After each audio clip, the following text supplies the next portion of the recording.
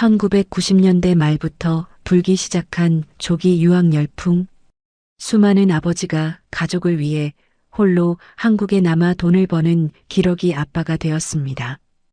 2003년 1월 그 쓸쓸한 시대상의 한복판에서 서동식 씨가 세상을 떠났습니다. 발견 당시 그의 곁에는 먹다 남은 소주병과 수면제, 그리고 가족 사진만 놓여 있었습니다. 이웃들은 가족과 떨어져 지내며 외로움을 많이 탔다고 증언했고, 수사관들은 이를 근거로 스스로 목숨을 끊은 외로운 기러기 아빠로 사건을 종결했습니다.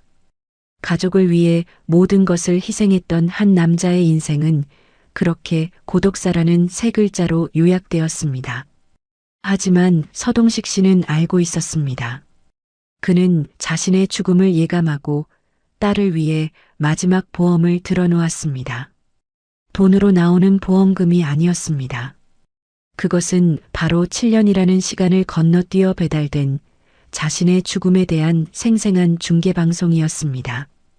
2010년 유품 정리함 속에서 워크맨이 돌아가기 시작했을 때 딸은 자신의 귀를 의심해야 했습니다.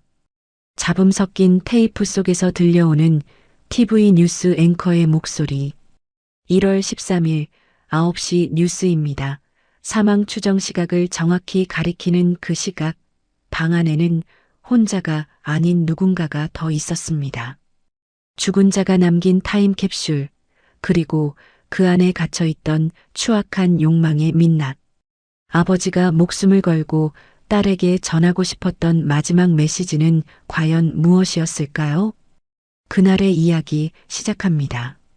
2010년 12월 24일 크리스마스 이브의 인천공항은 귀국 인파로 발 디딜 틈 없이 북적였습니다. 입국장 문이 열리자 서지은이 차가운 겨울 공기를 폐부 깊숙이 들이마셨죠. 후, 드디어 한국이네. 서지은이 하얀 입김을 내뱉으며 작게 중얼거렸습니다. 7년 만에 밟는 한국 땅의 냄새는 매서우면서도 그리웠죠. 서지은은 옷깃을 여미며 서울행 공항버스에 몸을 실었습니다. 봉천동, 참 오랜만이다. 창밖으로 빠르게 스쳐가는 서울의 풍경을 보며 그녀가 씁쓸하게 웃었습니다. 보스턴에서 경영학 석사를 마치고 돌아온 26의 서지은이었지만 외할머니 댁으로 향하는 마음은 마냥 설레지만은 않았습니다. 봉천동 골목길 끝 세월의 때가 묻은 낡은 단독주택 앞에서 서지은이 발걸음을 멈췄죠. 할머니가 많이 늙으셨을까? 떨리는 손가락으로 초인종을 누르자 안쪽에서 느릿한 발소리가 들려왔습니다. 누구세요? 문틈으로 새어나오는 외할머니의 목소리에 서지은이 울컥 목이 메었습니다. 할머니, 저예요. 지은이요. 서지은이 대답하자마자 굳게 닫혀있던 대문이 활짝 열렸습니다. 박수님 할머니가 주름진 얼굴에 눈물을 그렁그렁 매달고 서지은의 손을 덥석 잡았죠. 아이고, 우리 지은이. 이렇게 클 줄이야 세상에나. 할머니, 그동안 잘 지내셨어요? 어디 편찮으신 데는 없고요? 서지은이 박수님 할머니를 와락 끌어안았습니다. 할머니의 등은 7년 전보다 훨씬 작아져 있어 손끝에 닿는 느낌이 애처로웠죠. 거실로 들어온 두 사람은 따뜻한 유자차를 마시며 그간의 회포를 풀었습니다. 한참 이야기를 나누던 중 박수님 할머니가 무릎을 짚고 자리에서 일어났습니다. 지은아, 잠깐 기다려봐라. 내 아버지 물건이라고 내 엄마가 맡겨두고 간 게 있어. 박수님 할머니가 뒷마당 쪽 창고로 발걸음을 옮겼습니다. 서지은은 아버지라는 단어가 나오자마자 가슴이 철렁 내려앉았죠. 7년 전 장례식에도 참석하지 못한 채 어머니의 강요로 미국에 남아야 했던 서러운 기억이 떠올랐습니다. 이거다. 7년 동안 창고 구석에 그대로 있었어. 박수님 할머니가 먼지가 수북하게 쌓인 라면 박스 하나를 힘겹게 내려놓았습니다. 서지은이 떨리는 손으로 박스 테이프를 뜯어냈죠. 가장 먼저 눈에 들어온 것은 칠이 벗겨진 낡은 손이 워크맨이었습니다. 할머니, 이게 다 뭐예요? 서지은이 테이프 하나를 집어들며 물었습니다. 글쎄다, 나도 안 열어봤어. 내 엄마가 그냥 보관만 해달라고 신신당부를 했으니까. 서지은은 홀린 듯 워크맨에 건전지를 넣고 테이프를 밀어 넣었습니다. 재생 버튼을 누르자 잠시 치익하는 잡음이 들리더니 이내 익숙하고도 그리운 목소리가 흘러나왔죠. I miss my family. 서툴고 투박한 발음이었지만 분명 아버지 서동식의 목소리였습니다. 테이프 속에서 서동식은 같은 문장을 몇 번이고 반복해서 연습하고 있었죠. How are you doing, my daughter? 지은아, 잘 지내니? 서지은의 눈에서 참았던 눈물이 툭 하고 떨어졌습니다. 아버지가 딸과 영어로 대화하고 싶어서 늦은 밤 혼자 끙끙대며 공부했다는 사실을 이제야 알게 된 것이죠. 너의 아버지가 얼마나 너를 끔찍하게 생각했는지, 쯧쯧. 박수님 할머니가 안쓰러운 표정으로 서지은의 등을 쓸어내렸습니다. 서지은은 눈물을 훔치며 떨리는 손으로 테이프를 뒤집어 비면을 재생했죠. 처음에는 서툰 영어 연습이 이어지다가 이내 분위기가 사뭇 달라졌습니다. 지은아, 아빠가 요즘 어떻게 지내는지 목소리라도 녹음해서 보내줄게. 서동식의 목소리가 한결 부드럽고 다정해졌습니다. 딸에게 보낼 음성 편지를 녹음하기 시작한 것이죠. 서지은은 숨소리조차 죽이고 아버지의 말 한마디 한마디에 귀를 기울였습니다. 녹음 저편으로 TV에서 흘러나오는 듯한 희미한 목소리가 섞여 들렸지만 서지은은 아버지의 말에 집중하느라 크게 신경 쓰지 못했습니다. 바로 그때 녹음기 너머로 현관 도어락이 해제되는 날카로운 소리가 울려 퍼졌죠. 당신 이번 달 송금 왜 이것밖에 안 돼? 문이 열리는 소리와 함께 서지은의 얼굴이 순식간에 딱딱하게 굳었습니다. 그것은 분명히 어머니 오정숙의 목소리였죠. 정수가, 그게 요즘 가게가 너무 안 돼서. 서동식의 기어들어가는 목소리에 이어 날카로운 고함이 터져 나왔습니다. 안 되면 어떻게든 만들어야 할 거 아니야. 지은이 유학비랑 생활비는 어떡하라고. 오정숙의 목소리는 얼음장처럼 차갑고 칼날처럼 날카로웠죠. 서지은이 기억하던 다정한 어머니의 목소리가 아니었습니다. 보험금이라도 나오면 모를까. 이렇게 무능하게 살아서 뭐해? 서지은의 손끝이 하얗게 질려버렸습니다. 테이프는 계속 돌아가고 있었지만 서지은의 귀에는 이명만 윙윙거릴 뿐 아무 소리도 들리지 않았죠. 할머니. 서지은이 파랗게 질린 입술로 박수님 할머니를 불렀습니다. 아버지 돌아가셨을 때 엄마 미국에 있었잖아요. 박수님 할머니가 기억을 더듬듯 고개를 갸웃거렸습니다. 그랬나? 근데 그때 내 엄마가 몇 번 급하게 한국에 다녀갔던 것 같기도 하고.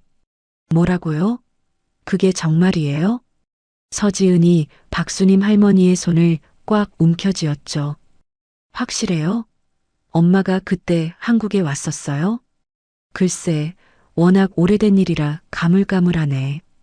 그냥 왔다 갔다 했던 것 같기도 하고. 박수님 할머니가 확신이 없는 표정으로 고개를 저었습니다. 서지은은 다급하게 다시 박스 안을 뒤집었죠. 테이프 뭉치 밑바닥에서 낡은 스프링 일기장 한 권이 툭 하고 떨어졌습니다. 정수기가 또 왔다 갔다. 이젠 무섭다. 서지은의 손이 사시나무 떨듯 파르르 떨렸습니다. 아버지가 돌아가시기 불과 며칠 전에 남긴 마지막 기록이었죠. 12월 27일 아침 서지은은 아버지가 살던 곳이 재건축된 것을 확인하고 곧장 서울지방경찰청 민원실로 향했습니다. 2003년 1월에 아버지가 돌아가셨어요. 서동식 씨 사건 담당했던 형사님이 누군지 알 수 있을까요? 담당자가 귀찮다는 표정으로 컴퓨터 자판을 두드렸습니다. 2003년 1월이라 서동식 씨. 고독사로 종결된 건이네요. 담당자가 모니터를 뚫어지게 쳐다보며 난처한 표정을 지었죠. 7년 전 일이라 서류를 좀 찾아봐야 할 것 같은데요. 시간이 좀 걸립니다. 서지은은 민원실 구석 의자에 앉아 초조하게 다리를 떨며 2시간을 기다렸습니다. 마침내 담당자가 서류 한 장을 들고 서지은을 불렀죠. 당시 담당 형사분이 최병호 씨인데 지금은 은퇴하셨어요. 어렵게 연락처를 찾았습니다. 서지은은 연락처가 적힌 쪽지를 받아들고 황급히 민원실을 빠져나왔습니다. 휴대폰을 쥔 손바닥에 땀이 흥건했죠. 여보세요? 최병호 형사님이신가요? 저는 서동식 씨의 딸 서지은이라고 합니다. 전화기 너머로 무거운 침묵이 흘렀습니다. 서동식, 2003년 목동 사건 말씀이신가요? 최병호의 목소리가 낮게 가라앉아 있었습니다. 네, 맞습니다. 아버지 일로 여쭤볼 게 있어서 연락드렸습니다. 그 사건, 저도 아직까지 계속 마음에 걸렸습니다. 서지은의 심장이 쿵쿵거리며 빠르게 뛰기 시작했습니다. 무슨 말씀이세요? 마음에 걸리다뇨? 당시에 이웃 주민 한 분이 아내가 가끔 왔었다고 진술했거든요. 아내분은 미국에 계시다고 해서 그냥 넘어갔는데 최병호가 수화기 너머로 깊은 한숨을 내쉬었죠. 저를 한번 만나시겠습니까? 제가 가지고 있는 자료가 좀 있으니까요. 2010년 12월 28일 살을 애는 듯한 칼바람이 부는 서울 은평구의 한 경로당 앞이었습니다. 서지은이 약속 장소에 도착해 두리번거리자 벤치에 앉아있던 백발의 남자가 천천히 몸을 일으켰죠. 서지은 씨 맞으시죠? 최병호가 주머니에서 손을 빼며 물었습니다. 62살의 은퇴 형사는 세월의 무게가 느껴지는 구부정한 어깨에 낡은 점퍼를 걸치고 있었죠. 네, 최병호 형사님. 추운 날 이렇게 나와주셔서 감사합니다. 서지은이 고개를 숙여 정중히 인사했습니다. 최병호가 입김을 호흡 불며 손을 내저었죠. 형사는 무슨, 이제 그냥 동네 뒷방 늙은이입니다. 여긴 너무 추우니까 저쪽 분식집으로 들어갑시다. 거기가 좀 따뜻해요. 두 사람은 경로당 옆에 붙은 허름한 분식집 안으로 들어갔습니다. 자리에 앉자마자 최병호가 품 안에서 누런 서류 봉투 하나를 꺼내 테이블 위에 툭 올려놓았죠. 이게 뭡니까? 서지은이 의아한 눈빛으로 봉투를 바라보며 물었습니다. 최병호가 씁쓸한 표정으로 봉투를 만지작거렸죠. 당시 사건 현장 사진하고 제가 개인적으로 정리해둔 수첩입니다. 원래는 가지고 나오면 안 되는 건데 그 사건이 7년 내내 가시처럼 목에 걸려서요. 최병호가 봉투에서 빛바랜 사진 몇 장과 낡은 수첩을 꺼냈습니다. 서지은의 시선이 자연스럽게 사진으로 향했죠.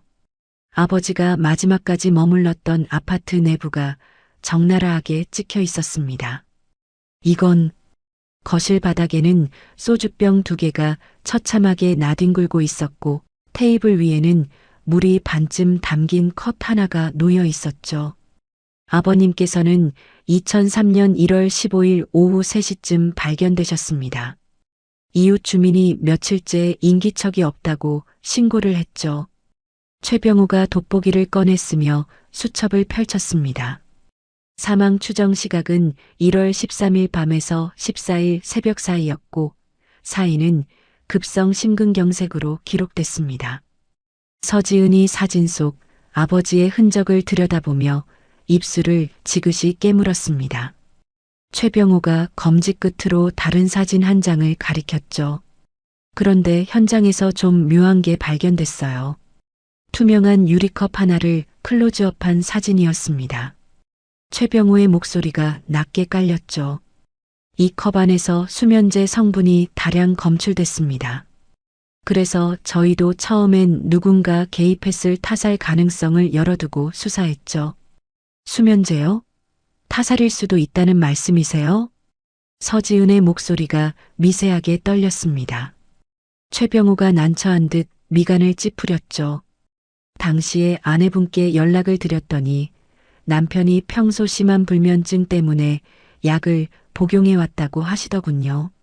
미국에 계셔서 전화로 진술을 받았는데 그 진술 때문에 타살 가능성은 배제됐습니다. 그 말을 듣자마자 서지은이 테이블을 탁 치며 반박했습니다. 말도 안 돼요. 아버지는 불면증 약 드신 적 없어요. 한 번도요. 최병우가 의외라는 듯 서지은의 얼굴을 뚫어지게 응시했습니다. 그게 확실합니까? 따님이 모르는 사이에 드셨을 수도 있지 않습니까? 확실해요. 아버지는 약 드시는 걸 끔찍하게 싫어하셨어요. 독한 감기에 걸려도 약 하나를 안 드시는 분이셨다고요. 서지은의 단호한 태도에 최병우가 천천히 고개를 끄덕였습니다. 그때 저도 뭔가 앞뒤가 안 맞는다고 느꼈습니다. 이웃 주민 한 분이 아내가 가끔 왔다고 진술했거든요. 그 이웃 주민이 누구예요? 지금 만날 수 있나요? 서지은이 간절한 눈빛으로 몸을 앞으로 바짝 기울였습니다. 최병우가 기억을 더듬듯 천장을 바라보았죠. 김말자 씨라고 당시 같은 동 1203호에 사셨던 분이에요. 재건축 때문에 이사 가셨을 텐데 찾을 수 있을지 모르겠네요. 찾아야 해요. 형사님, 도와주세요. 서지은이 자리에서 벌떡 일어났습니다. 두 사람은 곧장 택시를 잡아 타고 목동으로 향했죠. 수소문 끝에 신정동 시장 골목을 뒤져 마침내 김말자의 낡은 빌라를 찾아냈습니다. 초인종을 누르자 68살의 김말자가 경계심 가득한 눈으로 문을 열었죠. 누구세요? 무슨 일로 왔어요? 저 서동식 씨 딸입니다. 2003년에 목동 아파트 1202호에 사셨던 분요. 기억하시나요? 김말자의 얼굴이 순식간에 딱딱하게 굳었습니다. 아, 그 양반. 갑자기 세상을 떠나서 내가 얼마나 놀랐는데. 아주머니, 아버지 돌아가시기 전에 혹시 뭐 이상한 거 못 보셨어요? 뭐라도 좋으니까 말씀해 주세요. 서지은이 김말자의 거친 손을 덥석 잡았습니다. 김말자가 난처한 표정으로 시선을 피하며 입을 열었죠. 그 양반 잘못되기 한 달 전쯤부터 젊은 여자가 그 집을 드나드는 걸 봤어. 젊은 여자요? 어떤 여자였나요? 서지은의 심장이 쿵쾅거리며 요동쳤습니다. 김말자가 눈을 가늘게 뜨며 기억을 끄집어냈죠. 키가 작고 모자를 푹 눌러 쓴 여자였어. 얼굴은 잘 못 봤는데 한두 번이 아니라 여러 번 봤다니까. 옆에서 듣고 있던 최병우가 날카로운 눈빛으로 앞으로 나섰습니다. 혹시 남자는 못 보셨습니까? 낯선 남자라든가. 남자는 확실하진 않은데 한번 밤늦게 여자랑 같이 주차장에서 내리는 걸 어렴풋이 본 것 같기도 하고. 김말자의 말에 서지은의 머릿속이 하얗게 변하며 복잡해졌습니다. 아버지에게 외도 상대가 있었던 걸까? 아니면 그 여자가 정말 어머니였던 걸까? 혼란스러웠죠. 서지은은 김말자에게 인사를 하고 다시 최병우와 길을 나섰습니다. 형사님, 아버지 가게가 근처라고 들었습니다. 목동역 3번 출구 근처 상가였죠. 가봅시다. 두 사람은 다시 발걸음을 재촉해 목동역 근처 상가 골목으로 향했습니다. 서지은이 오래된 문방구 간판 앞에서 멈춰섰죠. 저기요, 사장님.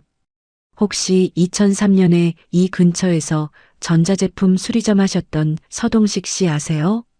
서지은이 문방구 안으로 들어가 다급하게 물었습니다. 계산대 앞에 앉아 신문을 보던 중년 남자가 안경 너머로 고개를 들었죠. 서동식? 아, 그 양반 내 바로 옆 가게였는데. 저 서동식 씨 딸이에요. 아버지가 어떻게 지내셨는지 알고 싶어서요. 이정우가 자리에서 일어나 서지은을 위아래로 훑어보았습니다. 58살의 문방구 사장은 옛 생각에 잠긴 듯 혀를 찼죠. 딸, 아, 미국 간 딸이 있다고 자랑했었지. 사장님, 아버지 돌아가시기 전에 혹시 평소랑 다른 점 못 느끼셨어요? 이정우가 잠시 침묵하더니 무겁게 입을 열었습니다. 그 양반 돌아가시기 일주일 전에 갑자기 가게 정리하겠다고 하더라고요. 멀쩡한 재고를 헐값에 넘기려고 했어요. 가게를요? 갑자기 왜요? 더 이상 못 버티겠다면서 땅이 꺼져라 한숨을 푹푹 쉬더라고요. 내가 무슨 일이냐고 물어봤는데 그냥 씁쓸하게 웃기만 하고 이정호의 말끝이 흐려졌습니다. 서지은은 가슴 한구석이 꽉 막힌 듯 답답해졌죠. 어느덧 거리에 짙은 어둠이 내려앉고 있었습니다. 형사님, 통신사 기록은 7년이 지나서 없답니다. 서지은이 통신사 대리점을 나오며 허탈하게 말했습니다. 최병우가 씁쓸한 표정으로 주머니를 뒤적였죠. 그때 최병우가 무언가 생각난 듯 눈을 크게 떴습니다. 서지은 씨, 잠깐만요. 생각해보니 놓친 게 있습니다. 네, 그게 뭔데요? 당시에 제가 출입국 관리소에 아내분, 그러니까 오정숙 씨의 입국 기록 조회를 요청했었습니다. 그래서요? 기록이 있었나요? 서지은이 휴대폰을 쥔 손에 힘을 주었습니다. 최병우가 주먹을 꽉 쥐며 말했죠. 회신이 오기 전에 사건이 종결됐어요. 부검 결과가 심근경색으로 나오니까 윗선에서 그냥 덮으라고 했거든요. 그럼 어머니가 그때 한국에 왔는지 확인을 안 했다는 건가요? 서지은의 손끝이 하얗게 질렸습니다. 최병우가 단호한 목소리로 대답했죠. 네, 맞습니다. 오정숙 씨 출입국 기록, 그것부터 다시 파봐야겠습니다. 만약 그때 한국에 들어왔다면 얘기가 완전히 달라지니까요. 2010년 12월 30일 연말 분위기로 들뜬 거리와 달리 서울 양천구 법무부 출입국 관리사무소의 공기는 무겁고 차가웠습니다. 서지은은 민원 창구 앞에서 번호표를 구겨 쥔 채 초조하게 다리를 떨었죠. 1시간 가까이 기다린 끝에 드디어 호출벨이 울렸습니다. 154번 고객님, 창구로 오세요. 서지은이 벌떡 일어나 창구로 달려가 신분증을 내밀었습니다. 어머니 오정숙 씨의 2002년부터 2003년까지 출입국 기록을 열람하고 싶습니다. 창구 직원이 컴퓨터 화면을 들여다보다가 무심한 표정으로 고개를 저었죠. 출입국 기록은 본인만 열람 가능합니다. 가족이라도 대리 열람은 안 됩니다. 아버지가 돌아가셨는데 그때 어머니가 한국에 계셨는지 꼭 확인해야 해서요. 제발 부탁드려요. 서지은이 간절한 눈빛으로 매달렸지만 직원은 단호하게 모니터만 바라봤습니다. 사유가 어떻든 규정상 본인 외에는 절대 열람 불가합니다. 수사기관에서 공식적으로 영장 들고 요청하시면 모를까? 서지은은 입술을 피가 나도록 깨물며 힘없이 사무소를 나왔습니다. 뼛속까지 파고드는 차가운 겨울바람이 서지은의 뺨을 때렸죠. 서지은은 봉천동 외할머니 집으로 돌아가는 대신 맞은편 커피숍 구석자리에 털썩 주저앉았습니다. 떨리는 손으로 휴대폰을 꺼내 미국 버지니아에 있는 어머니에게 국제전화를 걸었죠. 여보세요? 엄마, 나야. 지은아. 한국엔 잘 도착했어? 외할머니는 건강하시고? 오정숙의 목소리는 평소와 다름없이 부드럽고 다정했습니다. 응, 다들 잘 계셔. 엄마, 나 하나만 물어볼게. 서지은이 식어빠진 커피잔을 만지작거며 어렵게 입을 뗐습니다. 아버지 돌아가셨을 때 말이야. 그때 혹시 한국에 온 적 있어? 전화기 너머로 숨막히는 침묵이 잠시 흘렀죠. 무슨 소리야? 나 그때 미국에 있었잖아. 너랑 같이 있었는데 무슨 뚱딴지 같은 소리니? 정말이야? 그때 한 번도 안 들어왔어? 당연하지. 왜 갑자기 그런 걸 물어? 무슨 일 있어? 오정숙의 목소리가 미묘하게 날카로워졌습니다. 아니, 그냥 아버지 유품 정리하다가 궁금한 게 생겨서. 지은아, 지나간 옛날 일 들춰봐야 뭐해. 아버지는 이미 돌아가셨고 산 사람은 살아야지. 쓸데없는 생각 말고 몸조리나 잘해. 알았어, 엄마. 끊을게. 서지은이 전화를 끊고 테이블 위에 휴대폰을 내려놓았습니다. 어머니의 목소리에서 느껴지던 미세한 떨림이 서지은의 의심에 불을 지폈죠. 커피숍을 나온 서지은은 무거운 발걸음으로 외할머니 집으로 돌아갔습니다. 방에 틀어박혀 아버지의 낡은 일기장을 다시 펼쳤습니다. 한 장 한 장 넘기며 아버지의 고뇌를 읽어내려갔죠. 그러다 2002년 11월 3일자 기록에서 서지은의 손이 멈췄습니다. 정수기가 전화해서 보험 수익자를 왜 바꾸냐고 불같이 화를 냈다.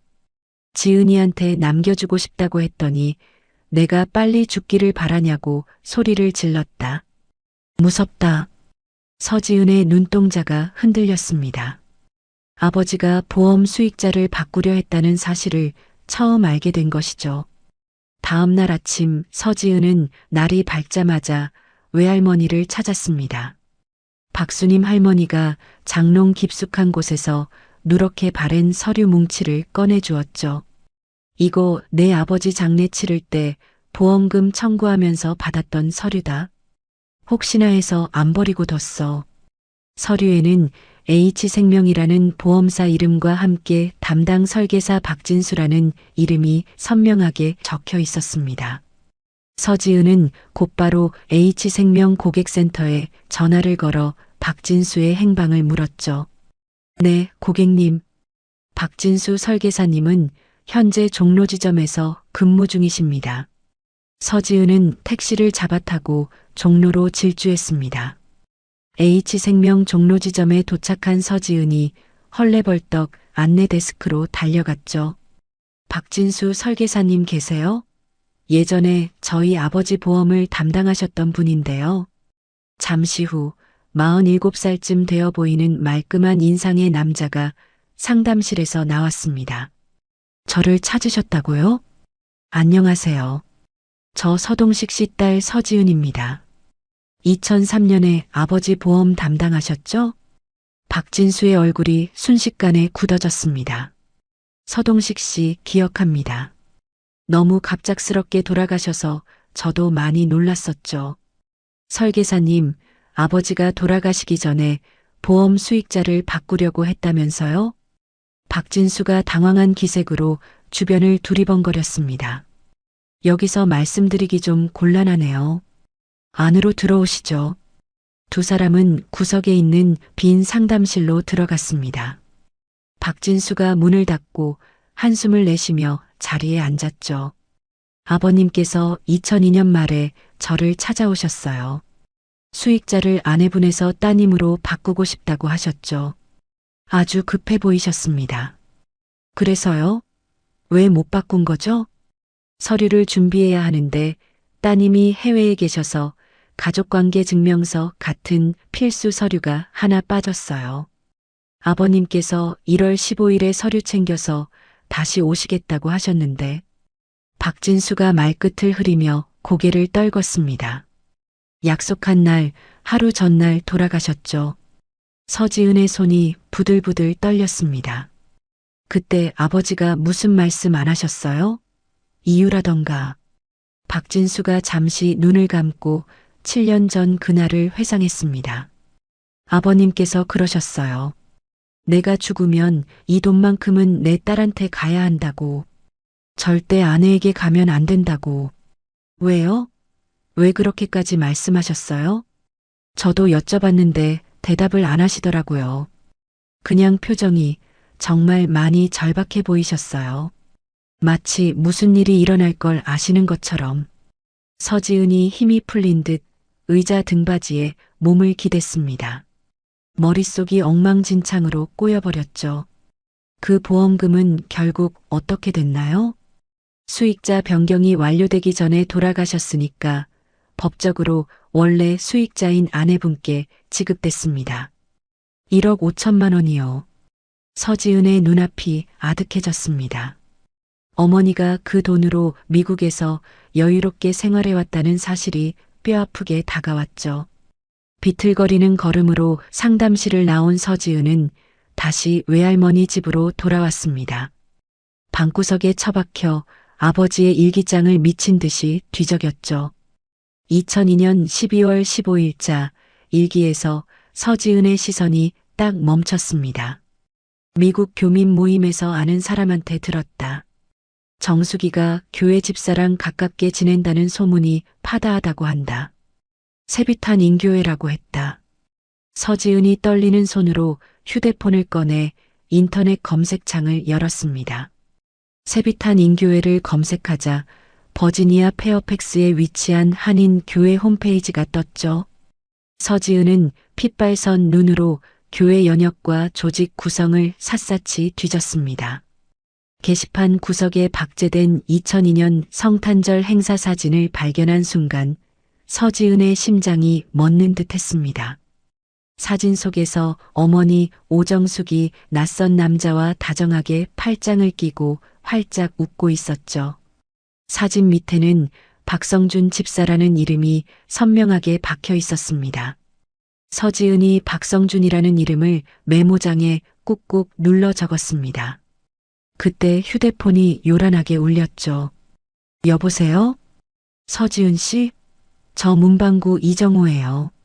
며칠 전 목동 상가에서 만났던 문방구 사장이었습니다. 수화기 넘어 이정호의 목소리가 심상치 않게 떨리고 있었죠. 사장님, 무슨 일이세요? 사실 그때 말 못한 게 있어요. 마음에 걸려서 잠을 못 자겠네. 서지은이 숨을 멈췄습니다. 무슨 말씀이세요? 만나서 얘기해도 될까요? 전화로는 좀 그렇고. 지금 당장 갈게요. 어디세요? 가게에 있어요. 문 닫고 기다리고 있을게요. 서지은이 외투를 낚아채듯 집어들고 방문을 박차고 나갔습니다. 2011년 1월 2일 오전 새해에 들뜬 분위기와 달리 서지은은 잔뜩 굳은 표정으로 목동 상가의 문방구 앞에 섰습니다. 유리문을 거칠게 밀고 들어가자 계산대 뒤에 있던 이정호가 흠칫 놀라며 일어났죠. 오셨어요. 이정호의 얼굴이 며칠 전보다 훨씬 더 어두워져 있었습니다. 그는 서지은을 안쪽 창고로 안내하더니 철문을 굳게 닫았죠. 사장님, 그때 왜 바로 말씀 안 하셨어요? 서지은이 원망 섞인 목소리로 먼저 물었습니다. 이정호가 낡아 빠진 의자에 털썩 앉으며 깊은 한숨을 내쉬었죠. 서동식 씨가 신신당부를 하셨거든요. 지은이한테는 절대로 말하지 말아달라고. 뭐요? 도대체 뭘 숨기신 거예요? 2003년에 서동식 씨 가게에 아내분이 여러 번 왔어요. 한두 번이 아니라 꽤 자주요. 제 두 눈으로 똑똑히 봤습니다. 서지은의 심장이 바닥으로 쿵 내려앉는 것 같았습니다. 어머니가요? 확실해요? 잘못 보신 거 아니고요? 처음에는 저도 긴가민가 했어요. 근데 어느 날 대낮에 서동식 씨 가게 앞에서 아내분이 낯선 남자랑 같이 있는 걸 봤거든요. 남자요? 키가 훤칠하고 안경 쓴 남자였어요. 둘이서 뭔가 아주 심각하게 얘기하고 있길래 이상하다 싶었죠. 이정호가 자리에서 일어나 창고 구석 선반에서 먼지 쌓인 CD 케이스 하나를 꺼냈습니다. 그때 제가 가게 홍보용으로 큰맘 먹고 디지털 카메라를 하나 샀거든요. 혹시나 해서 사진 파일들을 CD에 구워놨는데 다행히 여기 있었네요. 이정우가 가게 컴퓨터에 CD를 넣고 폴더를 열었죠. 컴퓨터가 요란한 소리를 내며 느리게 부팅되었습니다. 이정우가 마우스를 딸깍거리며 하드디스크 깊숙한 곳에 숨겨진 폴더를 열었죠. 서지은의 눈이 모니터 화면에 못 박힌 듯 고정되었습니다. 이건 화면 속에는 아버지의 허름한 가게 앞에서 어머니 오정숙과 낯선 남자가 나란히 서 있는 모습이 선명하게 담겨 있었습니다. 남자는 키가 크고 금태 안경을 썼으며 어머니의 어깨에 손을 올린 채 무언가 속삭이고 있었죠. 이 남자가 누군지 아세요? 서지은이 떨리는 손가락으로 화면을 가리키며 물었습니다. 전 전혀 모르는 사람입니다. 근데 서동식 씨한테 이 사진을 보여드렸더니 얼굴이 백지장처럼 하얗게 질리시더라고요. 아버지가 뭐라고 하셨어요? 지은이한테는 절대 비밀로 해달라고 사정을 하셨어요. 그리고 이정우가 잠시 말을 멈추고 마른 침을 삼켰습니다. 그리고요? 혹시 나한테 무슨 일이 생기면 그때 이 사진을 지은이한테 전해달라고 하셨어요. 돌아가시기 딱 며칠 전에요. 서지은의 손이 파르르 떨렸습니다. 아버지는 이미 자신의 죽음을 예감하고 있었던 것일까요? 왜 7년 동안 말씀 안 하셨어요? 서동식 씨가 유언처럼 부탁하셨으니까요. 근데 따님이 직접 찾아오셔서 이렇게 진실을 파헤치려고 하는 걸 보니까 더 이상 입 다물고 있으면 안 될 것 같았어요. 죄송합니다. 서지은은 말없이 화면 속 사진을 자신의 휴대폰으로 찍었습니다. 이정우에게 짧게 목례를 하고 문방구를 뛰쳐나온 서지은은 곧바로 최병호에게 전화를 걸었죠. 형사님, 저예요. 결정적인 증거가 나왔어요. 무슨 증거요? 천천히 말해봐요. 어머니가 2003년에 한국에 왔었어요. 사진도 있어요. 낯선 남자랑 같이 있는 사진이에요. 전화기 너머 최병호가 잠시 숨을 멈추는 소리가 들렸습니다. 저한테 현직에 있는 믿을 만한 후배가 한 명 있어요. 한동민이라고 서울청 형사인데 일단 비공식적으로 조언을 구해볼게요. 새로운 증거가 나오면 내사를 시작할 수 있을 겁니다. 정말요? 그게 가능해요? 명백한 새로운 증거가 나왔으니까 가능할 겁니다. 재수사의 명분이 확실해졌으니까요. 서지은은 초조한 마음으로 외할머니 집으로 돌아가 최병호의 연락만을 기다렸습니다. 피를 말리는 5일이 지나고 1월 7일 드디어 최병호에게서 전화가 왔죠. 서지은 씨, 결과 나왔습니다. 서지은의 심장이 미친 듯이 방망이질 쳤습니다.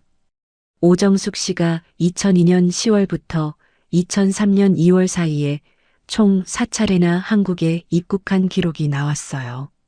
4번이요? 그렇게나요?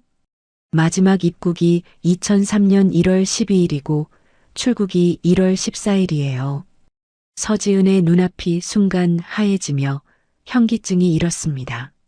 아버지의 사망 추정 시각이 1월 13일 밤에서 14일 새벽이었죠.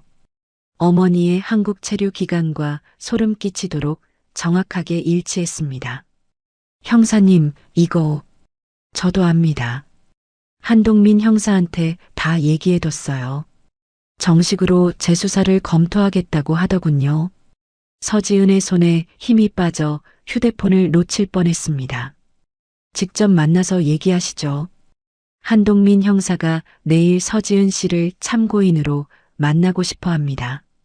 다음 날 오전 서지은은 무거운 발걸음으로 서울지방경찰청 조사실로 들어갔습니다. 38살의 한동민 형사는 날카로운 눈매에 군더더기 없는 단정한 인상이었죠. 서지은 씨, 최병호 선배님한테 사건 개요는 다 들었습니다. 출입국 기록도 제 눈으로 확인했고요. 한동민 형사가 두툼한 서류 뭉치를 테이블 위에 펼쳐놓았습니다. 오정숙 씨가 사건 당일 한국에 있었던 건 팩트입니다. 하지만 그것만으로는 부족해요. 타살 혐의를 입증하려면 더 확실한 물증이 필요합니다. 어떤 증거가 더 필요한가요? 당시 현장 컵에서 수면제 성분이 검출됐잖아요. 그 약이 어디서 났는지 출처를 찾아야 합니다. 한동민 형사가 결의에 찬 표정으로 자리에서 일어났습니다. 2003년 1월 12일부터 14일 사이에 목동 인근 약국에서 수면제를 구매한 기록이 있는지 바닥부터 훑어보겠습니다. 7년 전 기록이라 쉽진 않겠지만요. 서지은이 고개를 깊이 숙였습니다. 감사합니다, 형사님. 정말 감사합니다. 아직 감사 인사를 받기엔 이릅니다. 증거가 나와야죠. 한동민 형사는 그날부터 목동역 인근 약국들을 이잡듯이 뒤지기 시작했습니다. 대부분의 약국은 7년 전 장부를 이미 폐기하거나 분실한 상태였죠. 하지만 1월 9일 한동민 형사가 흥분된 목소리로 서지은에게 전화를 걸어왔습니다. 서지은 씨, 세봄약국이라고 목동역 뒷골목에 있는 오래된 약국 아세요? 아니요, 처음 듣는데요. 거기 약사가 손영자 씨라고 63살 되신 분인데 워낙 꼼꼼한 성격이라 과거 수기 장부를 창고에 다 보관해 두셨더라고요. 서지은의 심장이 쿵쾅거렸습니다. 혹시 뭔가 찾으셨어요? 2003년도 장부에서 1월 12일자 수면유도제 현금 구매 기록을 찾아냈습니다. 1월 12일이면 네, 오정숙 씨가 입국한 바로 그날입니다. 서지은이 숨을 들이켰습니다. 장부에 뭐라고 적혀 있었나요? 손영자 씨가 수면유도제는 오남용 우려가 있어서 꼭 구매 사유를 메모해두는 습관이 있더군요. 그날 기록에 중년 여성, 남편 불면증 호소라고 적혀 있었습니다. 그 여자가 어머니라는 걸 증명할 수 있을까요? 7년 전 일이라 약사님도 손님 얼굴은 기억 못하세요. 하지만 정황상 시기와 사유가 오정숙 씨와 딱 맞아떨어집니다. 한동민 형사가 잠시 말을 멈추고 뜸을 들였습니다. 지금까지 확보한 증거를 종합하면 충분히 정식 수사로 전환할 수 있습니다. 상부에 보고하고 오정숙 씨를 유령 용의자로 전환해 소환 절차를 밟겠습니다. 서지은이 질끈 눈을 감았습니다. 어머니가 아버지를 죽였을지도 모른다는 끔찍한 상상이 현실로 다가오고 있었죠. 그리고 하나 더 있습니다. 한동민 형사의 목소리가 더욱 낮고 은밀해졌습니다. 이정호 씨한테 받은 사진 속 남자 있잖아요. 안경 쓴 남자. 신원 확인 끝났습니다. 박성준이라는 사람이고 버지니아 세비탄 인교의 집사였습니다. 그 사람도 조사하실 건가요? 박성준 씨 출입국 기록도 조회해봤죠. 2003년 1월 11일에 입국해서 1월 15일에 출국했습니다. 오정숙 씨랑 거의 같은 비행기를 탄 거나 다름없어요. 서지은이 주먹을 꽉 쥐어 손톱이 살을 파고들었습니다. 둘이 같이 들어왔다가 같이 나간 거군요. 그렇게 보입니다. 박성준 씨가 단순히 내연남인지 아니면 이 사건에 더 깊숙이 개입했는지는 지금부터 밝혀내야 합니다. 전화를 끊은 서지은은 멍하니 창밖을 바라봤습니다. 칠흑 같은 밤하늘에는 별 하나 보이지 않았죠. 어머니를 의심하고 싶지 않았지만 모든 증거가 비극적인 결말을 향해 달려가고 있었습니다. 2011년 1월 15일 서울지방경찰청 강력범죄수사대 회의실의 공기는 무겁게 가라앉아 있었습니다. 한동민 형사가 책상 위에 두툼한 보고서를 내려놓으며 입을 굳게 다물었죠. 서동식 사망 사건이 단순 변사에서 타살 의심 사건으로 공식 재분류되는 순간이었습니다. 오정숙 씨를 참고인 신분으로 소환하겠습니다. 미국 대사관을 통해 협조 요청 공문을 즉시 발송하세요. 수사과장의 날카로운 지시에 한동민 형사가 고개를 끄덕이며 회의실을 빠져나왔습니다. 같은 날 오후 한동민 형사는 이정호가 건넨 사진 속 남자의 신원을 최종적으로 확인했죠. 여권 사진과 정밀 대조한 결과 99%의 확률로 박성준과 동일 인물이라는 분석이 나왔습니다. 한동민 형사가 곧바로 서지은에게 전화를 걸었죠. 서지은 씨, 박성준 씨 출입국 기록을 다시 한번 정밀하게 확인했습니다. 네, 형사님. 결과가 어떻게 나왔나요? 2003년 1월 11일에 입국해서 1월 15일에 출국했습니다. 오정숙 씨가 1월 12일 입국, 1월 14일 출국이니까 한국 체류 기간이 완벽하게 겹칩니다. 서지은이 입술을 깨물며 신음하듯 내뱉었습니다. 둘이 약속하고 들어온 거네요. 확실하네요. 그렇게 보입니다. 박성준 씨가 단순한 내연 관계인지 아니면 이 사건의 공범인지 반드시 확인해야 합니다.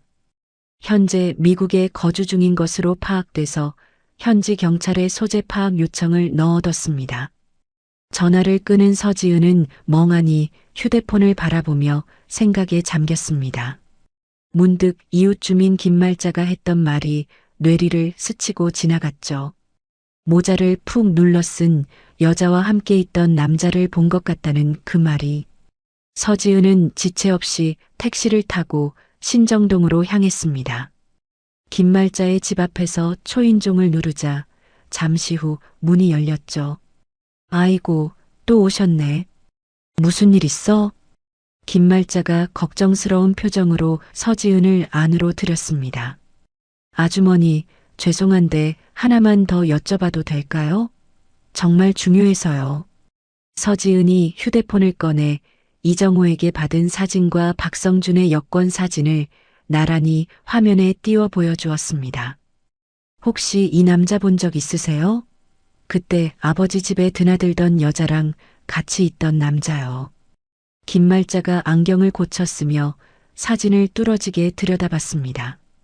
눈을 가늘게 뜨고 7년 전 기억을 필사적으로 더듬는 듯 했죠. 여자는 분명히 봤는데 남자는 글쎄. 김말자가 확신이 없는 듯 고개를 절레절레 흔들었습니다. 잘 모르겠어. 한번 밤늦게 주차장에서 얼핏 봤는데 거기가 워낙 어두워서 얼굴은 제대로 못 봤거든. 체격이나 키는요? 그것만이라도 기억 안 나세요?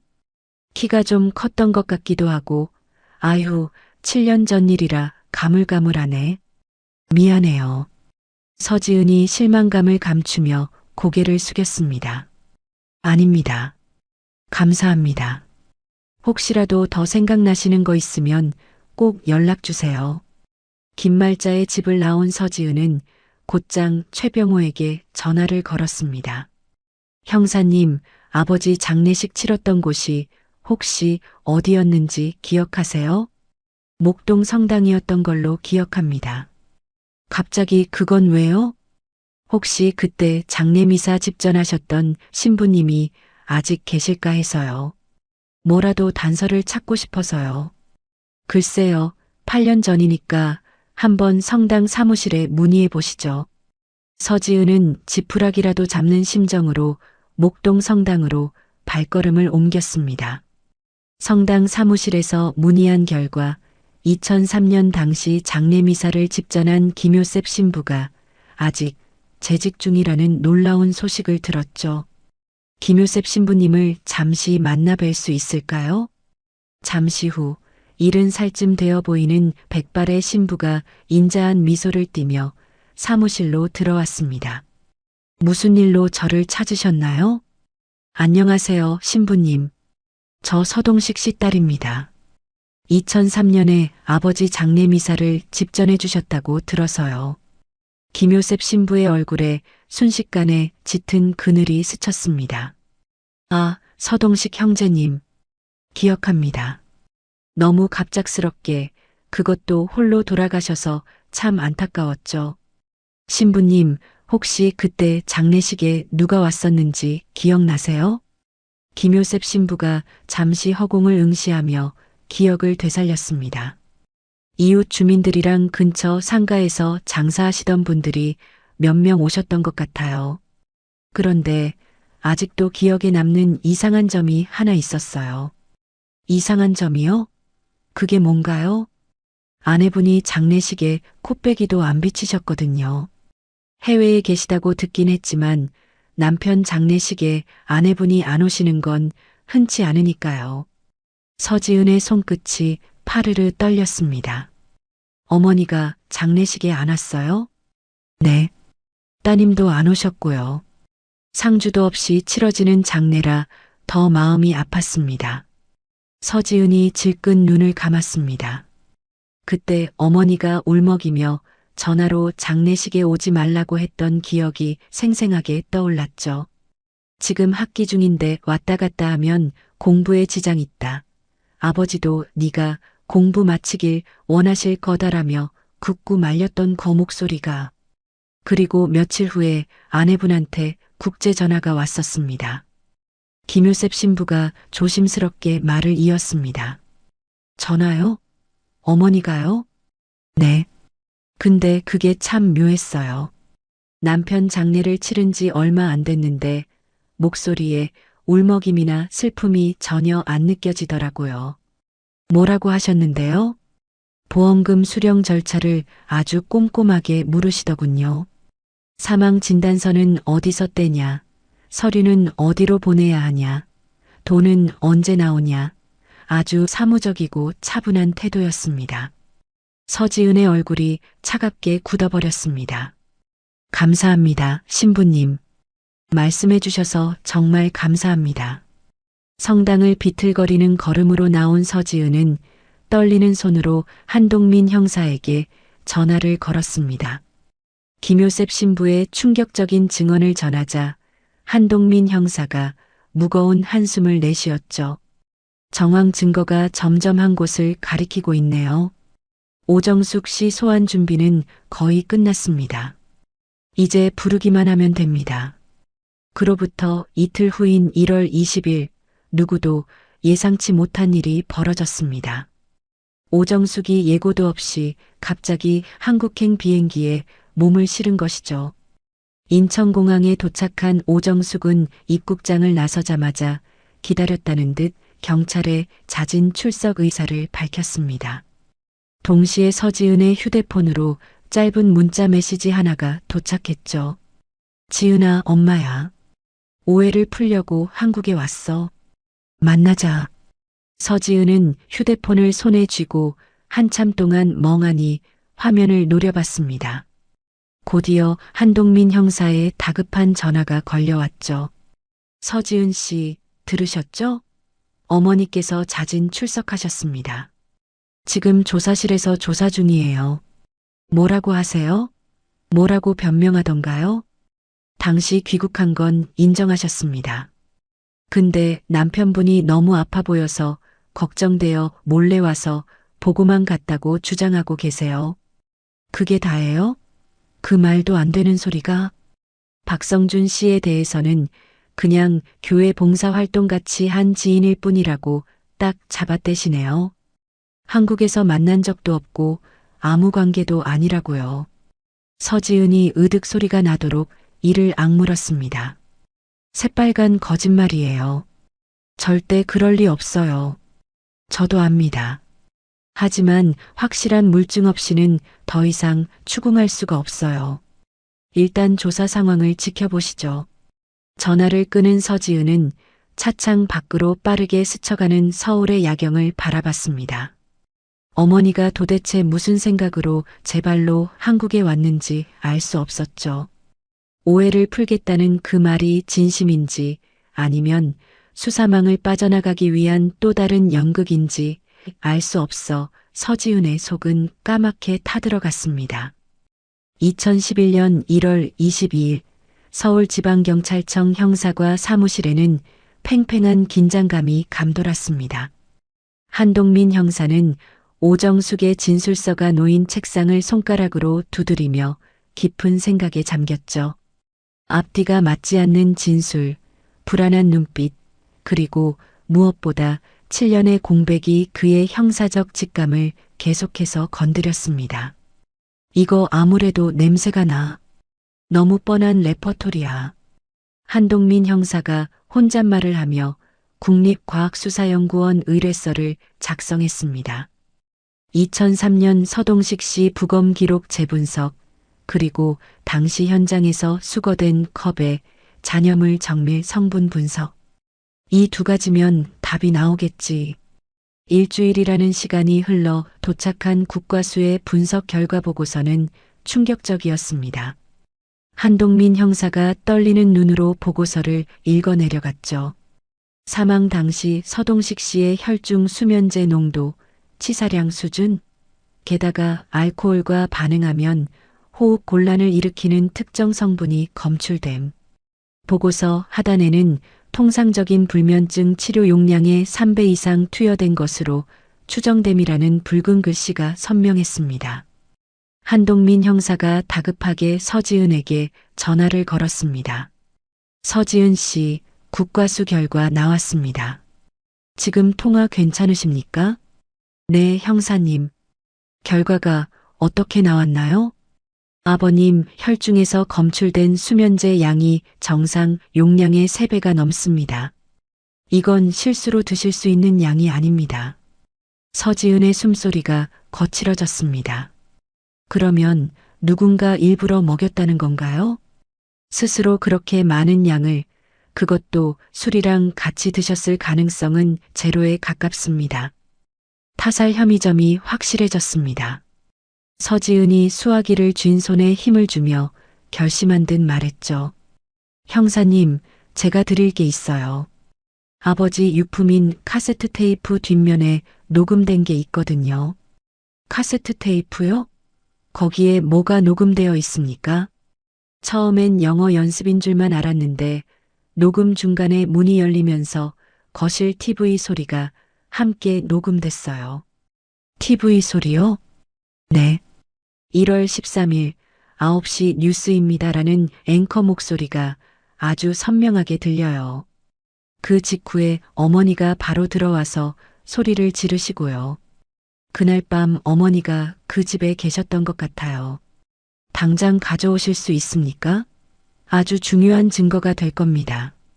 서지은은 전화를 끊자마자 외할머니 집으로 달려가 장롱 깊숙이 숨겨두었던 테이프를 챙겼습니다. 서울지방경찰청으로 향하는 택시 안에서 서지은의 심장은 터질 듯이 요동쳤죠. 조사실에 도착한 서지은이 한동민 형사에게 떨리는 손으로 테이프를 건넸습니다. 이겁니다. 아버지가 돌아가시기 직전 영어 연습을 하시다 녹음된 것 같아요. 바로 음성 분석팀에 넘기겠습니다. 오정숙 씨 목소리가 맞는지 과학적으로 입증해야 하니까요. 3일 후인 1월 25일 음성 분석 결과가 한동민 형사의 책상 위에 놓였습니다. 보고서를 읽는 한동민 형사의 입가에 서늘한 미소가 번졌죠. 테이프 속 여성의 목소리와 오정숙 씨의 성문 분석 결과 97.3% 일치. 빼도 박도 못하겠군. 한동민 형사가 자리에서 벌떡 일어나 외쳤습니다. 오정숙 씨, 피의자 신분으로 전환해. 당장 소환장 발부하고. 그날 오후 오정숙이 창백한 얼굴로 취조실 의자에 앉았습니다. 한동민 형사가 아무 말 없이 카세트 플레이어의 재생 버튼을 눌렀죠. 당신 이번 달 송금 왜 이것밖에 안 돼? 안 되면 어떻게든 만들어야 할 거 아니야. 지은이 유학비랑 생활비는 어떡하라고. 날카로운 고성이 취조실의 정막을 찍고 울려 퍼졌습니다. 오정숙의 얼굴이 백지장처럼 하얗게 질리며 입술이 파르르 떨렸죠. 보험금이라도 나오면 모를까. 이렇게 무능하게 살아서 뭐해? 한동민 형사가 탁 소리가 나게 정지 버튼을 누르고 오정숙을 쏘아봤습니다. 이 목소리, 오정숙 씨 본인 맞습니까? 오정숙이 시선을 피하며 고개를 세차게 저었습니다. 아니에요. 제 목소리 아닙니다. 조작된 거예요. 한동민 형사가 국과수 결과지를 테이블 위에 거칠게 던졌습니다. 국과수 음성 감정 결과입니다. 97.3%의 확률로 오정숙 씨 목소리와 일치합니다. 그래도 계속 발뺌하시겠습니까? 오정숙의 눈동자가 갈 곳을 잃고 흔들렸습니다. 그녀는 입술을 깨물며 한참을 침묵하더니 이내 고개를 떨구며 말을 바꾸었죠. 그때 귀국한 건 맞아요. 하지만 제가 죽인 게 아니에요. 남편이 스스로 약을 먹은 거라고요. 스스로요? 그 많은 약을? 남편이 우울증이 심했어요. 매일 죽고 싶다고, 사는 게 지옥 같다고 입버릇처럼 말했어요. 제가 몰래 귀국한 건 그걸 말리려고 온 거였어요. 오정숙의 눈에서 굵은 눈물방울이 뚝뚝 떨어졌습니다. 하지만 결국 막지 못했어요. 그 죄책감 때문에 차마 지은이한테 말할 수가 없어서 7년 동안 숨겨온 거예요. 믿어주세요. 한동민 형사가 팔짱을 끼고 의심 가득한 눈초리로 물었습니다. 서동식 씨가 우울증 진단을 받은 공식적인 기록이 있습니까? 병원은 안 가셨지만 증상이 분명히 있었어요. 잠도 못 자고 식사도 못 하셨다고요. 그걸 증명할 수 있습니까? 오정숙이 입을 다물고 고개를 숙였습니다. 한동민 형사가 취조실을 나와 복도에서 대기하던 서지은에게 전화를 걸었죠. 서지은 씨, 어머니께서 아버지가 심각한 우울증이 있었다고 주장하십니다. 혹시 아버지 의료 기록을 확보해 주실 수 있겠습니까? 우울증이요? 아버지는 감기약도 잘 안 드시는 분이었는데 제가 확인해 볼게요. 서지은은 곧장 아버지가 생전에 다니던 목동의 내과 의원을 찾아갔습니다. 2000년부터 2003년까지 서동식 환자 진료 기록 전체 발급해 주세요. 서지은이 건네받은 차트를 넘기는 손이 분노로 떨렸습니다. 기록 어디에도 정신과 관련 소견이나 수면제 처방 내역은 없었죠. 오직 고혈압 약 처방 기록만이 드문드문 남아있을 뿐이었습니다. 서지은은 의료 기록을 움켜쥐고 다시 서울지방경찰청으로 돌아왔습니다. 형사님, 이거 보세요. 아버지는 우울증 진료를 받은 적이 단 한 번도 없어요. 수면제 처방도요. 어머니 말은 전부 새빨간 거짓말이에요. 한동민 형사가 의료 기록을 꼼꼼히 훑어보며 고개를 끄덕였습니다. 역시 고혈압 약만 처방받으셨네요. 우울증 약이나 수면제는 구경도 못하셨고. 한동민 형사가 서류를 챙겨 들고 결의에 찬 표정으로 일어났습니다. 이 기록이랑 테이프 녹음 내용, 그리고 국과수 부검 결과를 근거로 오정숙 씨를 긴급 체포하겠습니다. 1월 28일 차가운 수갑이 오정숙의 손목에 채워졌습니다. 체포 직후 오정숙은 변호사를 불러달라며 입을 굳게 다물어 버렸죠. 한동민 형사가 복도로 나와 최병호에게 전화를 걸었습니다. 선배님, 오정숙 씨 체포했습니다. 유치장에 수감했습니다. 수고했어, 한 형사. 정말 큰일 했네. 그 공범으로 의심되는 박성준은 어떻게 됐나? 공범 가능성이 농후해서 인터폴에 적색 수배를 요청해뒀습니다. 미국 내 거주지가 파악됐으니 FBI와 공조해서 조만간 신병이 확보될 겁니다. 전화기 너머 최병호가 깊은 안도의 한숨을 내쉬었습니다. 7년 만이네요. 그때 제가 좀 더 꼼꼼하게 수사했더라면 이렇게 오래 걸리지 않았을 텐데. 선배님 잘못 아닙니다. 놈들이 워낙 교묘하게 숨긴 거죠. 이제부터가 진짜 시작입니다. 전화를 끄는 한동민 형사가 창밖을 바라보았습니다. 매서운 겨울바람이 불고 있었지만 사건의 진실은 이제야 서서히 그 차가운 껍질을 깨고 나오고 있었죠. 2011년 2월 3일 인터폴의 긴밀한 공조로 미국 버지니아에서 체포된 박성준이 인천공항을 통해 한국으로 압송되었습니다.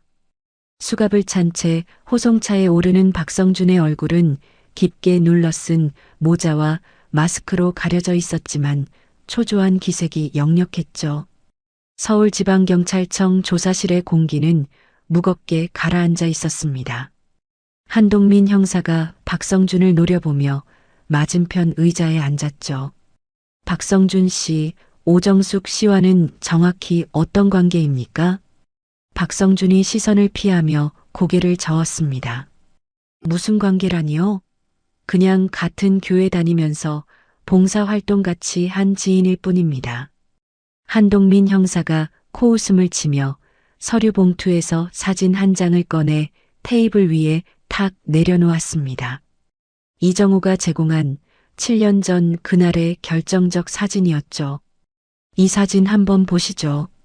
2003년 1월 서동식 씨 가게 앞에서 찍힌 겁니다. 오정숙 씨랑 아주 다정하게 서 계시네요. 박성준의 동공이 지진이라도 난 듯 심하게 흔들렸습니다. 그리고 이건 출입국 기록입니다.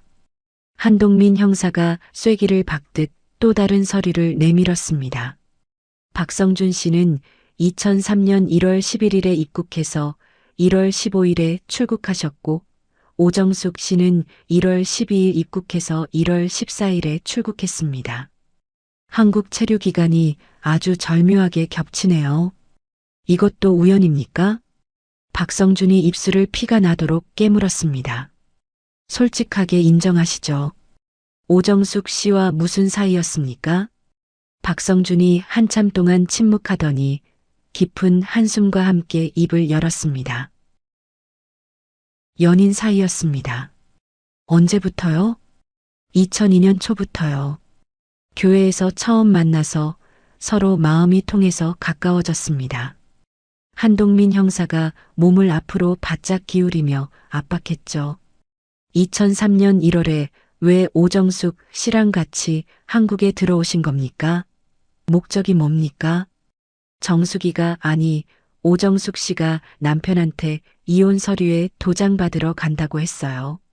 저는 걱정도 되고 오랜만에 서울 구경이나 하려고 따라온 거고요.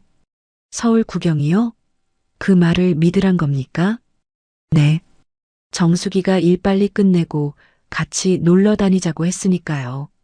한동민 형사가 답답하다는 듯 테이블을 손가락으로 두드렸습니다. 박성준 씨, 2003년 1월 13일 밤에 어디서 뭐 하셨습니까? 박성준의 얼굴이 순식간에 굳어졌습니다. 호텔에 있었습니다. 혼자요? 네, 혼자요. 한동민 형사가 비장의 카드를 꺼내듯 서류 뭉치에서 빛바랜 종이 한 장을 꺼냈습니다. 박성준 씨 자택 지하 창고 압수수색하면서 2003년도 통신비 청구서를 발견했습니다. 꼼꼼하게도 다 보관해 두셨더군요. 박성준의 눈이 공포로 커졌습니다. 이 청구서 보면 2003년 1월 13일 밤 11시에 한국 번호로 7분간 국제전화를 건 기록이 있네요. 이 번호 사망한 서동식 씨 집 전화번호입니다. 호텔에 혼자 있었다면서 왜 남의 집으로 전화를 합니까? 박성준이 꿀먹은 벙어리처럼 입을 다물었습니다. 그 통화에서 무슨 얘기 나눴습니까? 사실대로 말 안 하면 공범으로 엮여 들어갑니다. 박성준이 질끈 눈을 감았습니다. 한참의 정적 끝에 그가 떨리는 목소리로 입을 열었죠. 정숙이가 전화했습니다. 일이 다 끝났다. 내일 아침 첫 비행기로 나가자고요. 일이 끝났다? 저는 그게 이혼 합의가 잘 끝났다는 뜻인 줄 알았습니다. 한동민 형사가 의자 등받이에 몸을 기대며 팔짱을 꼈습니다. 서동식 씨 사망 추정 시각이 1월 13일 밤에서 14일 새벽 사이입니다. 오정숙 씨가 일이 끝났다고 전화한 시각이랑 소름 끼치게 딱 맞아떨어지네요. 박성준의 얼굴이 백지장처럼 하얗게 질렸습니다. 저는 몰랐습니다. 정말 몰랐어요. 그냥 이혼 도장 받은 줄만 알았다고요. 정말요? 오정숙 씨가 남편을 죽였다는 걸 전혀 몰랐다고요? 네, 맹세코 몰랐습니다. 나중에 서동식 씨가 죽었다는 소식을 듣고 뭔가 이상하다 싶긴 했지만 설마 정숙이가 그랬을 리 없다고 애써 외면했습니다. 한동민 형사가 차갑게 웃으며 자리에서 일어났습니다. 박성준 씨, 최소한 사후에는 범행 정황을 알고 있었던 것 같은데요. 방조제가 성립될지 공동정범이 될지는 검사님이 판단하실 겁니다. 2월 10일 검찰은 오정숙을 살인 혐의로 구속 기소했습니다. 박성준은 직접적인 살인 가담 증거가 부족해 일단 불구속 상태에서 추가 수사를 받게 되었죠. 얼마 후 서지은이 참관한 가운데 재판이 시작되었습니다. 검찰 측 검사가 서지은이 제출한 카세트 테이프를 핵심 증거로 제시하며 포문을 열었죠. 피고인 오정숙은 2003년 1월 13일 밤 남편 서동식에게 치사량의 수면제를 탄 술을 마시게 하여 급성 중독으로 사망에 이르게 했습니다. 오정숙 측 변호인이 즉각 이의를 제기했습니다. 이에 있습니다. 이 테이프는 원본이 훼손되었을 가능성이 있고 악의적으로 편집되었을 수도 있습니다. 증거 능력을 인정할 수 없습니다. 재판장이 안경 너머로 검찰 측을 바라봤습니다. 검찰 측, 이에 대한 입장은 어떻습니까? 이미 국과수에 정밀 감정을 의뢰했습니다. 테이프의 인위적인 편집이나 조작 흔적이 전혀 없다는 감정 결과가 나왔습니다. 검사가 자신만만하게 국과수 감정 보고서를 재판부에 제출했습니다. 변호인의 얼굴이 당혹감으로 굳어졌죠. 재판 과정에서 검찰은 국과수가 테이프 후반부에 손상된 음질을 복원한 추가 자료를 공개했습니다. 복원된 녹음 파일을 재생하겠습니다.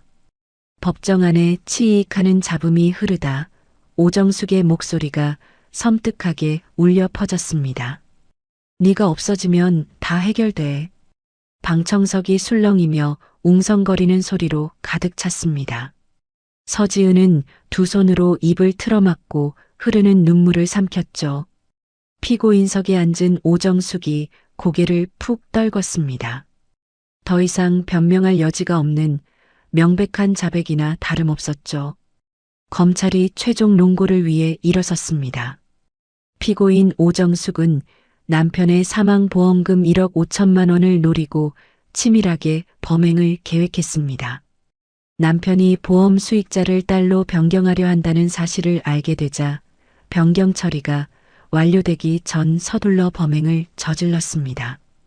검사가 서류 한 장을 높이 들어 보였습니다. 피고인은 내연남 박성준과 공모하여 알리바이를 만들고 남편의 목숨값인 보험금을 챙겨 미국으로 도주했습니다. 그리고 그 돈으로 호의호식하며 새 출발을 꿈꿨습니다. 이는 인면수심의 극치입니다. 재판장이 무거운 표정으로 오정숙을 내려다보았습니다. 피고인, 마지막으로 할 말이 있습니까? 오정숙이 천천히 고개를 들었습니다. 그녀의 눈가에는 말라붙은 눈물 자국이 선명했죠. 오정숙이 방청석의 딸을 바라보며 힘겹게 입을 뗐습니다. 딸한테 미안합니다. 정말 미안하다. 그 짧은 한마디가 전부였습니다. 2011년 4월 15일 서울중앙지방법원 선고 공판일. 법정 안에는 숨막히는 정적만이 감돌았습니다. 재판장이 판결문을 읽어 내려갔죠. 피고인 오정숙에게 징역 15년을 선고한다. 판결이 내려지는 순간 오정숙은 아무런 미동도 없이 고개를 떨궜습니다. 그녀는 수갑을 찬 손으로 얼굴을 감싸쥐며 방청석에 앉아있는 서지은을 힐끔 바라보았죠. 서지은은 젖은 눈으로 어머니의 시선을 피하지 않고 똑바로 마주했습니다. 오정숙이 힘없이 눈을 내리깔고 교도관들에게 이끌려 법정을 빠져나갔습니다. 항소는 없었습니다.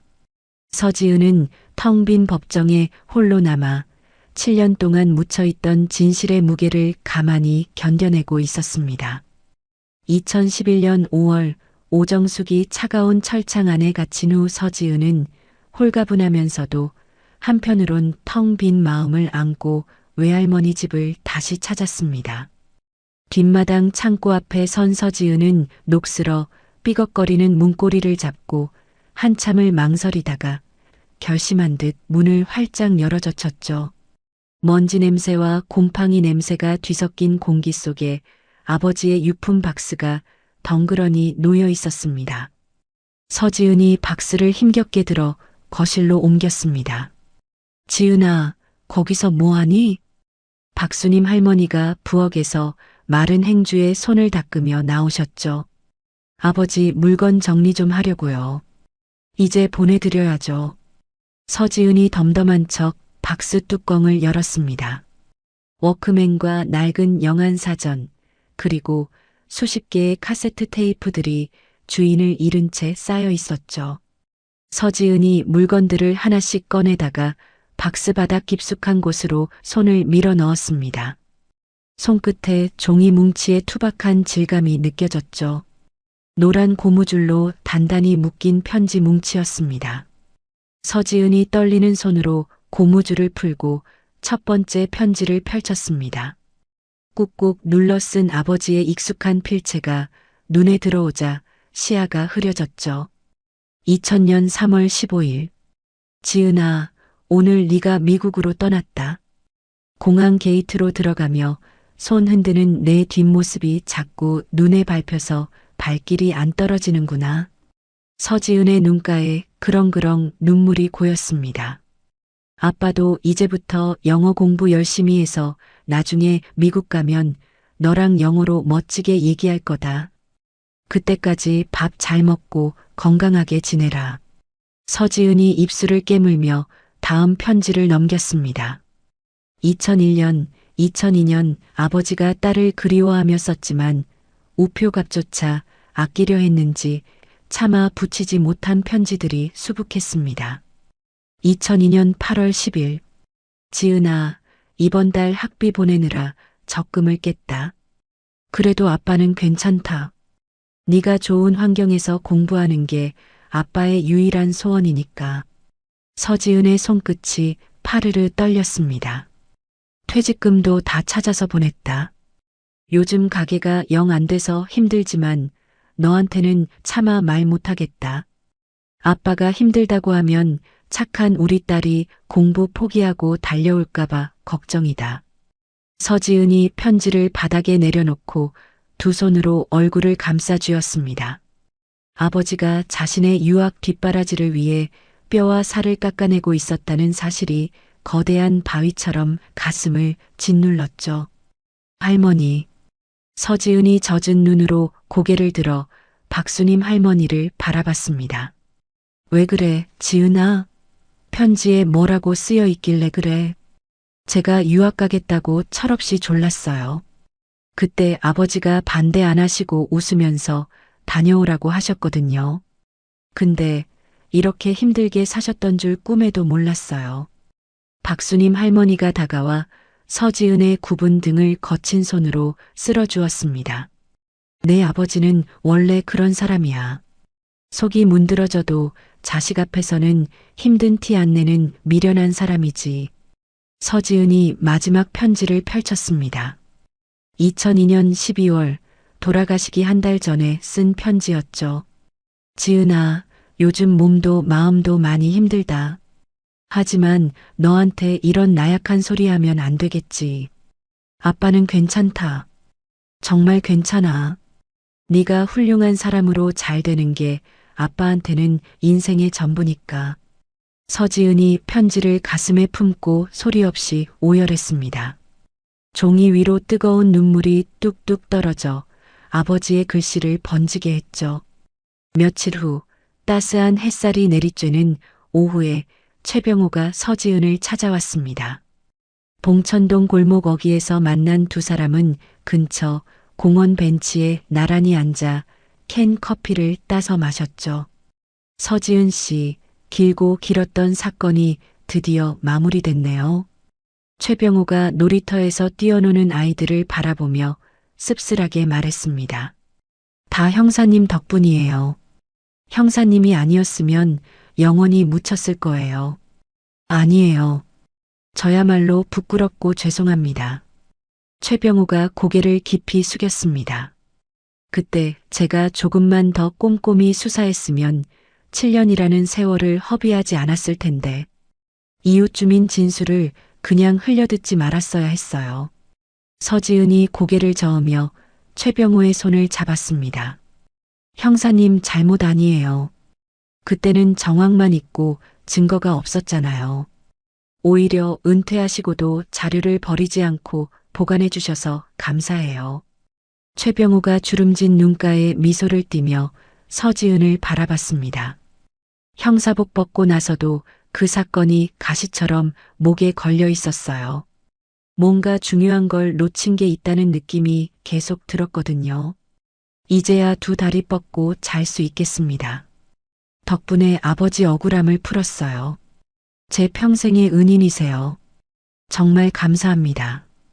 2011년 6월 서지은은 말끔한 정장 차림으로 H생명 보험사를 찾아갔습니다.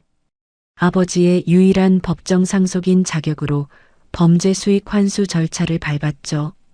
법원의 판결에 따라 오정숙에게 지급되었던 보험금의 환수 절차가 진행되었습니다. 하지만 8년이라는 세월 동안 상당 부분이 이미 소비되어 실제로 회수된 금액은 7천만 원에 불과했습니다. 보험사 직원이 서류 봉투를 건네며 정중하게 물었죠. 고생 많으셨습니다. 환수금은 지정하신 계좌로 입금해드리면 될까요? 서지은이 잠시 창밖을 응시하며 생각에 잠겼습니다. 이 돈으로 전액 기부를 하고 싶은데요. 네. 기부요? 전액을요? 네. 제가 쓰기엔 너무 무거운 돈이라서요. 서지은은 그 길로 중구 정동에 있는 사회복지공동모금의 사랑의 열매회관을 찾아갔습니다. 상담실에 앉은 서지은이 담당자에게 단호하게 말했죠.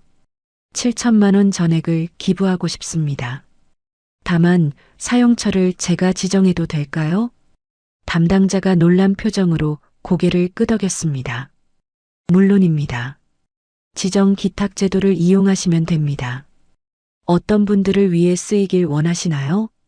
중년의 나이에 홀로 사시는 남성분들, 특히 가족과 떨어져 지내며 식사도 제대로 못하시는 분들의 고독사를 예방하는 데 써주세요. 서지은의 목소리가 미세하게 떨렸습니다. 그리고 나머지는 형편이 어려워 학업을 포기해야 하는 학생들을 위한 장학금으로 써주시고요. 네, 알겠습니다. 기부자님 성함으로 기금을 개설해 드릴까요? 서지은이 고개를 저으며 옅은 미소를 지었습니다. 아니요. 아버지 이름으로 해주세요. 서동식 기금으로요. 아버지께서 못다한 사랑이 그렇게라도 전해졌으면 좋겠어요. 담당자가 감동한 표정으로 서류에 이름을 적어 넣었습니다. 정말 훌륭하고 귀한 뜻입니다.